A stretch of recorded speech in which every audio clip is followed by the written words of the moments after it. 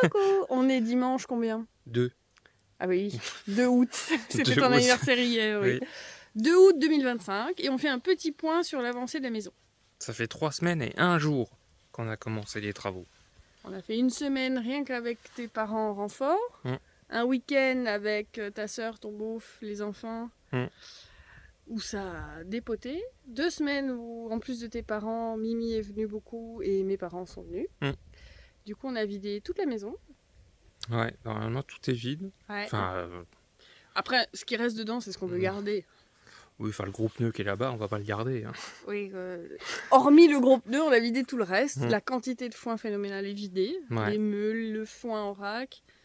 Dédé a fait tomber le petit plancher pour débarrasser la dernière meule. On s'est un peu occupé des réseaux d'eau. On a l'eau depuis hier au robinet qui arrive à la pierre à eau dans la maison. Donc on a un robinet pour se laver les mains, c'est grand luxe. Ah, il y a quelqu'un sur le bon coin qui vient de dire qu'il est intéressé par des pneus. Faut que tu regardes. Oui, qui les emmène tous, pitié. Parce qu'on en a 80. Oui. Et pourtant, on en a vendu 2 paires. Le ferrailleur en a emmené au moins 15. Dédé a compté qu'il y en avait 73 de sortie. Et il y en a encore qu'on n'a pas trouvé. Mais il y en a encore des cachés. Ouais. Et surtout, ces derniers jours, il y a eu grand coup de propre sur l'arrière du jardin. Donc on a déplacé la clôture du cheval pour réduire un peu son enclos, pour pouvoir débroussailler, tailler les arbres ou couper les arbres qui étaient ou problématiques là où ils étaient trop près de la maison pour travailler, ou malades. Donc Mimi à la tronçonneuse, toi à la débroussailleuse, et puis après ton père, ta mère et moi au débarrassage. Et ça a bien avancé, donc on va vous montrer. Bon, là devant, je sais pas si ça a beaucoup changé depuis la dernière fois. Enfin, depuis la dernière vidéo. Parce qu'à chaque fois, on a fait, enfin c'est surtout Laurine, des remorques pour la déchetterie, mais à chaque fois on en ressort et on met devant. Donc la ferraille, ça a diminué grâce au ferrailleur qui est reparti avec 1,6 tonne, c'est ça? 1 tonne 650. On a fait 132 €. Ça y est, on est riche. Ouais. Là, le remblai qui continue tout doucement. Bon, ça fait longtemps qu'on n'en a pas mis là, mais encore des pneus pour changer. On a trouvé, parce qu'en fait Dominique est venu il y a quelques jours pour nous expliquer un petit peu comment fonctionnaient les réseaux d'eau, et il nous a dit là-bas, donc il y a le compteur d'eau, si vous allez tout droit, au bout d'un moment vous tombez sur une vanne. Donc effectivement on en a trouvé une en creusant. Le maire est venu avec la clé spéciale pour mettre l'eau, sauf que ça marchait pas. Et il a retrouvé un plan. C'est surtout quand il a ouvert, il a fait plus d'un quart de tour et d'un coup il y a de l'eau qui est sortie. Il y a de l'eau qui est sortie juste à côté là. Donc il a dit c'est la purge. Ah, c'est la purge. Effectivement, sur le plan, on voit qu'il y a une purge. Et donc un tout petit peu plus loin, il y avait 2 briques enterrées et la vanne qui est en dessous. Donc là, c'est la vanne pour l'eau potable et là-bas, c'est la purge. Au niveau du petit bac, j'ai enlevé le... Il y avait un arbre en fait qui poussait au fond là. Mais j'y ai pas retouché depuis. Donc ça se remplit et ça se vide pas. Là on n'a pas fait grand chose de neuf. Bah si, on a reculé la clôture. Oui, non mais là. Ah oui. Si, ton père, d'ailleurs, il faudra bientôt retondre. Ah si, Dédé il a coupé l'arbre qui était là. Qui est tout pourri. Je crois qu'on l'avait déjà dit, non? Je sais pas. Non. Donc on a récupéré une partie du bois de chauffage. Mais il y a une partie qui était complètement pleine de fourmis et bouffée, donc ça on l'a bainé là-bas. Donc effectivement, c'est une ancienne clôture, il y a encore quelques piquets. Tac, c'était la clôture du cheval. D'ailleurs on voit là c'est débroussaillé et pas là. On a retiré tous les poteaux métalliques à la main. Avec le barbelé. Le barbelé à la main, les espèces de grosses ficelles blanches, et on l'a décalé pour pouvoir débroussailler le reste sans que le cheval soit en danger à manger l'herbe qui fermente. Donc maintenant le cheval est parqué du côté là, nous on a tout ça de libre, alors qu'avant le cheval il pouvait aller jusqu'au fond là-bas. Et puis on commence à nettoyer, débroussailler. Là aujourd'hui il y avait encore des ronces là. J'ai voulu essayer de les enlever, puis on s'est rendu compte qu'il y avait des pneus pour changer, de la ferraille, enfin bref. Et c'est surtout que c'est la première fois qu'on voit cette façade Ouais. complètement, puisque Mimi il a coupé tout le noisetier qui bouffait la façade. Là, il y avait le gros noisetier là, qui Il prenait a- toute la place. Et puis Il a propré le petit pommier le sauvage. pommier là, il était énorme, les branches tombaient par terre. Il y a quand même un sureau qui pousse dans le pommier d'ailleurs. Et du coup, on espère que la façade va sécher. Ouais, il faudrait que ça sèche un peu. Parce que bon, faut dire qu'hier on s'est pris un torrent. Il y a plu vraiment beaucoup. D'ailleurs, ce soir, il faut qu'on mette quelque chose devant la porte là. Parce que maintenant, c'est très visible que c'est Ouais, ouvert. devant la quoi. fenêtre. Donc, Ouais, d'ailleurs, je crois qu'il y a c'est quelque fait. chose hein, là, hein, mais qui est tombé par terre. Mais peut-être qu'il faudrait le mettre par dehors, mais je sais pas, on verra.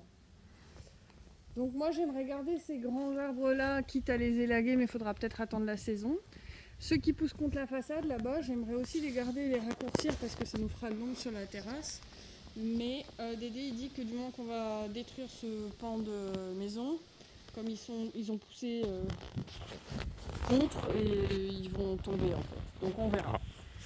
Donc on essayera de le garder, celui-là là-bas, mais on n'est pas sûr d'y arriver.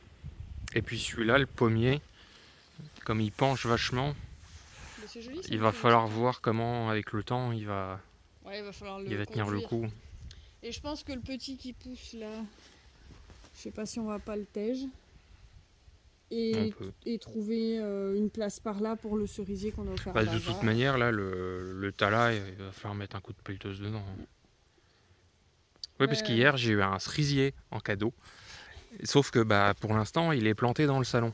On Alors, verra après. Pour la postérité, c'est un cerisier Summit. Summit, c'est un cerisier donc, qui est auto-fertile, donc qui peut se planter seul, il arrivera à faire des cerises tout seul. Et normalement, il fait des cerises sucrées, assez tardives pour éviter fleuries et fruits assez tardifs pour éviter les gelées. Simplement, son défaut, ou ce qui fait qu'il n'est pas parfait, c'est que la peau des cerises est assez fine, donc on risque de l'en laisser un peu aux oiseaux, quoi. Mais on arrivera à partager avec les oiseaux. Et tout à l'heure, quand je ramassais tous les bouts de tronc du noisetier coupé, il y avait un petit mulot qui s'était caché sous le tronc.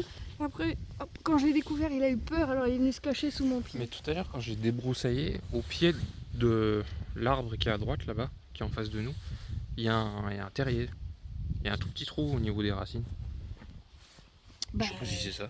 Mais bon, même si on a délogé quelques bestioles en nettoyant ici, les parents de Benja ont fait une magnifique haie Oui. de toute la branchaille qu'on a dû couper. Ouais, parce que là, Qui deviendra donc une haie sèche. il y a les arbres normaux, mais toutes les feuilles qu'on voit là, tout ça, en fait, c'est les branches qui étaient là C'était sur les arbres qu'on a nettoyé. et qui est tout en tas là-haut. Et voilà, et maintenant ça ressemble quasiment à un jardin. Ouais, On a fait donc un tas de bois avec le noisetier qu'on a coupé. Daniel a dit qu'il y avait environ 3 stères. Un Où ça petit peu moins là-bas. là-bas. Moi je un savais peu pas moins. estimé, il m'a dit pas loin de 3 stères. Et du coup on voit aussi plus clairement ce côté de la maison avec le chêne qu'on a favorisé. Donc il y avait un autre arbre à côté dont j'ai mangé le nom là tout de suite. Parce que Un je suis frêne. fatiguée. Je crois que Oui. Mimi a dit un frêne. Un frêne qui poussait tout à côté, on voit encore la souche. Hein. Et du coup, forcément le chêne étant plus beau, on voulait le favoriser, donc on a enlevé le frêne. Et après, il faudra conduire le chêne pour le rééquilibrer aussi doucement, qui penche moins vers la maison.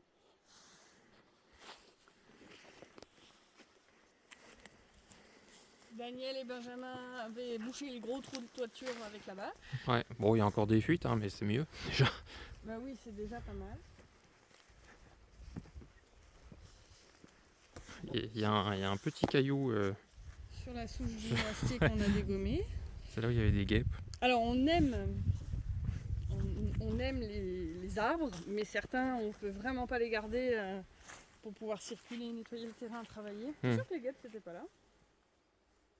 Je sais pas. Je sais pas, d'ailleurs ça bourdonne. On est une là. Ah bah il y a encore du barbelé dans l'arbre, faut que j'enlève. Ouais, les kilomètres de barbelés qu'on a déjà enlevés. Et c'est pas fini malheureusement. Il faut dire que la jument n'est arrêtée a priori que par le barbelé. Le reste l'indiffère totalement. Donc pour qu'elle soit protégée à l'abri, qu'elle se fasse pas de mal, on a remis du barbelé sur sa clôture. Là, on a remis une bâche pour boucher le trou. Et puis, on a aussi profité du fait que dans la grange, enfin là où il y avait le foin, on a retrouvé un rouleau de bâche plastique de je ne sais combien de mètres. Donc, dès qu'on a un pan de mur qui prend l'eau, on met une petite bâche dessus pour être sûr que l'eau s'infiltre pas. Puisque là, pour le coup, ce mur-là, normalement, il devrait rester. Donc, on va éviter qu'il se délite. On a aperçu De tout le foin qu'on a sorti de la maison. des balles de foin qui étaient donc dans Dans la grange. la grange, le grenier. Sauf que il n'y a pas que ça. Hein. Il y a aussi tout au fond là-bas du terrain. On a mis Le foin en vrac. ouais, tout ce qui était en vrac à côté. Parce que quand on ouvre les portes, on voit ça sur les photos au début. On se dit ouais bon il y a ça de foin, ok. Puis finalement on creuse, puis il y a du foin encore et encore et encore. Bah, ça représente 3 jours de travail à 6 pour vider le foin en vrac, quoi. Ouais, 3 jours à 6. Donc, Sans chômer. Hein. D'ailleurs, on voit qu'il y a encore des restes là. Donc, on a amené la remorque là-haut. Et puis hop, aller-retour jusqu'à là-bas. D'ailleurs, on avait 2 remorques.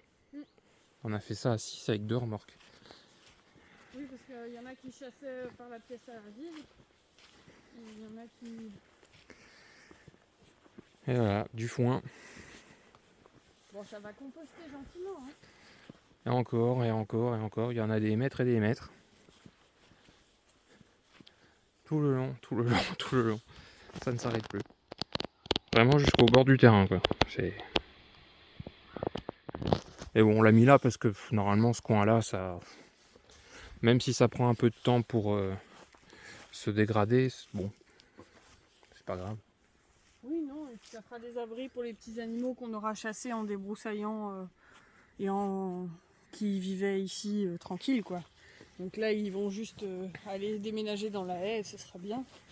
Bon, il reste encore pas mal de boulot. Ouais, ce coin-là, oui, c'est... Mais c'est surtout que les noisetiers, c'est la folie, quoi. A priori, il y a peu de noisettes sur les branches et celles qu'on arrive à voir cette année, elles sont vides. Elles sont creuses ou elles sont véreuses. Donc c'est un peu dommage parce que moi j'adore les noisettes et avec autant de noisetiers, si je fais pas une récolte potable, c'est triste. D'ailleurs, en parlant de noisettes, là, il y a un bosquet, un autre juste à côté, un espace, puis un autre, là. Et les 2 qui sont proches de la maison, je pense que lundi, ils vont partir.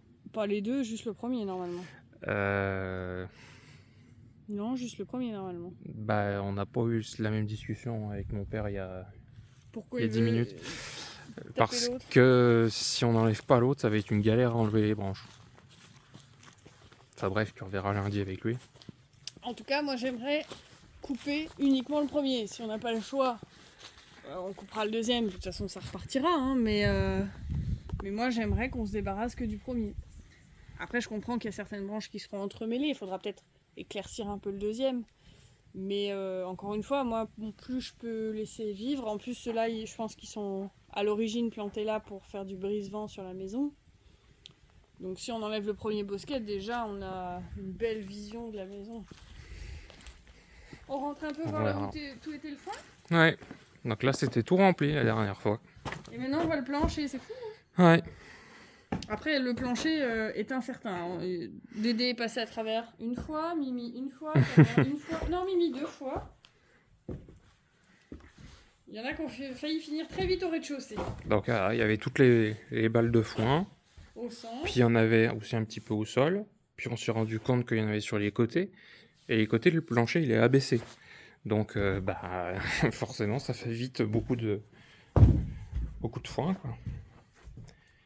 Donc voilà, tout ce qui est dehors, c'était là. Il y en avait aussi. Là, c'est pire. Là, il y a encore plus. Ouais. Du côté là, le plancher est encore plus bas. Et les meules de foin qui étaient coincées là-bas, on a dû les relever au palan. Oui, il y avait des meules là. Et puis c'était physique. Là-bas aussi, avant, il y avait un petit plancher que Dédé a très délicatement démonté à coups de tronçonneuse. Alors qu'il était dessous. Oui, il était en dessous, oui. Donc il y avait des balles qui étaient coincées là-bas. Donc on a accroché il est toujours là d'ailleurs. Le palan, tac. On a tout tiré. Le fameux cerisier. Voilà, Benjamin. le cerisier dans le salon. La roue de tracteur qu'on n'a pas encore eu la force de Ouais, celle-là, elle est costaud. Hein. retirer. La sangle pour tenir le mur, pour voir si la fissure, Une éviter que la sangle, fissure là. évolue. Bon, Et c'est on surtout trie. psychologique, hein, on n'est pas sûr que ça serve à quelque chose, mais... Oui. On va voir avec le maçon s'il faut mettre un tirant. Et oui, on a trouvé quand même Ah oui, on a trouvé ça. l'objet collector. Au début, on se demandait ce que c'était, et puis finalement, Bah, y a des choses on a écrites, trouvé... on aperçoit. ouais, j'ai trouvé un truc écrit, donc j'ai cherché sur Internet. Puis c'était bizarre, parce que là, du côté là, on voit une espèce d'étiquette, et c'est... je sais pas si on verra sur la vidéo. C'est clairement de l'allemand. C'est de l'allemand, mais écrit en lettres vraiment gothiques, quoi. C'est l'allemand du 3e Reich. Et effectivement, quand j'ai cherché sur Internet, c'était les réchauds de poche des soldats de la Wehrmacht. Ça, on l'a trouvé sous le foin, là. S-Byte. Ouais. Kochen, la cuisine. Donc on dérouillera. Parce que c'est Un souvenir de la guerre. Puis là, donc, on voit le salon cuisine, vu d'en haut. Ça à manger, la petite salive, quoi. Ouais. Bah, il faudra tomber la partie Il y a là. encore le bloc là qui doit partir. Mais ça donne déjà pas mal une bonne idée de l'espace. Du volume, oui. Bah, en espérant que les murs se fassent pas la mal. Donc maintenant, l'urgence, c'est qu'un maçon vienne et nous dise quelle est la prochaine étape, ce qu'on peut faire, pas faire, sans risquer de fragiliser la structure. Moi, je pense qu'il va falloir mettre un tirant. Le problème, c'est qu'en face, on n'a pas un mur plein, donc il faudra peut-être le décaler. Enfin, voilà.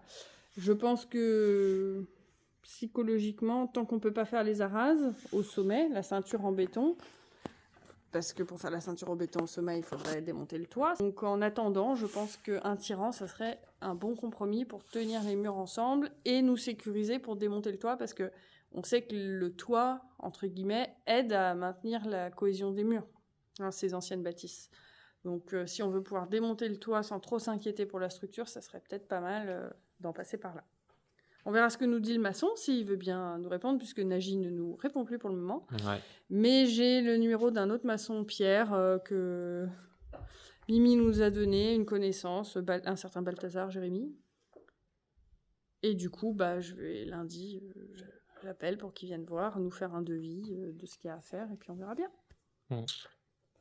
Walou. Bon, je crois que la vidéo est déjà terriblement longue. On va s'arrêter là pour aujourd'hui, et puis on refera un point dans une semaine. Bah ouais. Si ça a avancé d'ici là. Bien sûr que ça aura avancé. On sait pas. Bon, on aura au moins été à la déchette si on n'a pas pu faire autre chose. On sait pas. Le jeu de la déchetterie, il fait peur. Hein. J'ai pas envie d'y aller. Non, il te fait plus peur, ça y est. Non, ça va. Il est sympa. Ah, il y a du bruit dehors. On va voir ce qui se passe. Ouais.